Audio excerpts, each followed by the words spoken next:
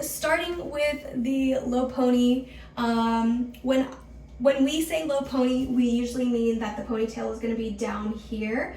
If we ask for a mid pony, that means it's going to be in the middle part of the hair, kind of up here. And then a high pony is going to be up here. It's going to be visible from the front and there will be no part within the hair whatsoever.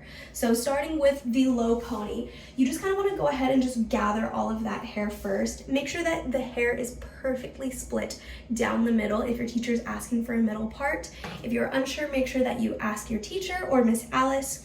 Once you have all of the hair back and secured, what you're going to want to do is just run that brush or that comb, pulling your hair backwards.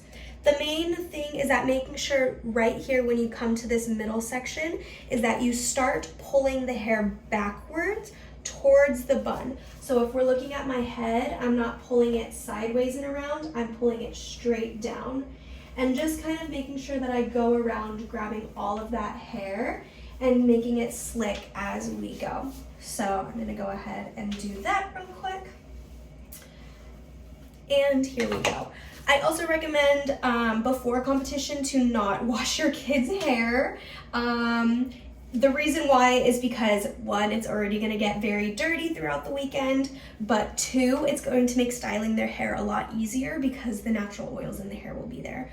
Next thing you're gonna do is you're gonna take your hairspray and really make sure, especially if your students have flyaways, is to go all the way around from the scalp line and underneath as well. So just making sure you're doing a nice coat, very thorough, going all the way around as well.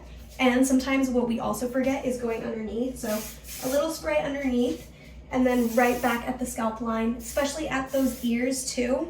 Then with the slicking brush or a comb, same way, following that hairline, we're just gonna slick it back.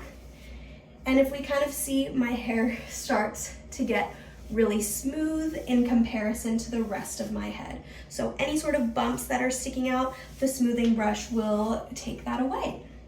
Lastly, if you have any sort of extra flyaways or bangs that tend to hang out, I would recommend bobby pinning them back.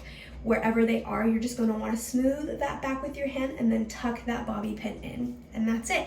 Really make sure that you have a lot of hairspray in that hair and that it's nice and tight. I typically recommend 2 to 3 rubber bands, not just one, because there's going to be a lot of turning and a lot of dancing for these girls. So here's your lip bun tutorial.